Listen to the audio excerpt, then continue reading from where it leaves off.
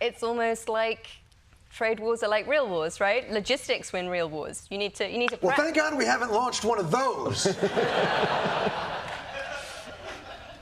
Let me ask you a question. Do they, when you talk about it as being like a real war, do they war game trade? You know, I understand that they would say, like, if you attack Iran, we war game it, and most times they close the Strait of Hormuz, and that's known.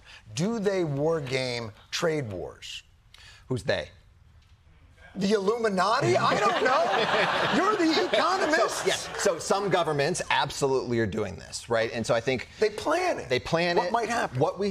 And not all of it's just the fear of trade war and real wars. I think we learned a lot of lessons during the pandemic when we ran short of products and we suddenly became very worried about supply chain vulnerabilities, right? Mm-hmm. We couldn't get access, to toilet paper initially, but then it became things like semiconductors, and all of a sudden governments all around the world started to look more closely at where they were getting some of these essential goods from. Mm-hmm. And they did really sophisticated data and analytic exercises to try to figure it out.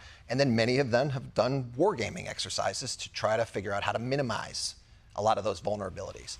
I'm not so sure that was the approach that this administration took when they came in last January. You're not so sure?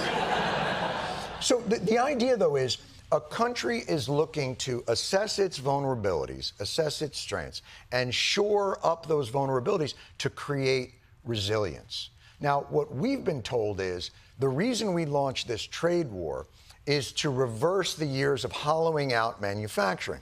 But that sounds backwards to me. Wouldn't you use other methodologies to increase manufacturing before launching a trade war so that you would be more resilient in that war?